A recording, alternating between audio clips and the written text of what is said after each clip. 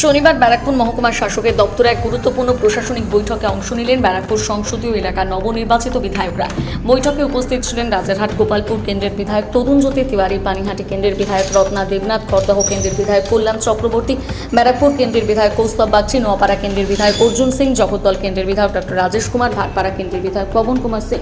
উপস্থিত ছিলেন উত্তর চব্বিশ পরগনা জেলার জেলা শাসক, ব্যারাকপুর মহকুমার শাসক এবং ব্যারাকপুর পুলিশ কমিশনারের নগরপাল অমিত কুমার সিং।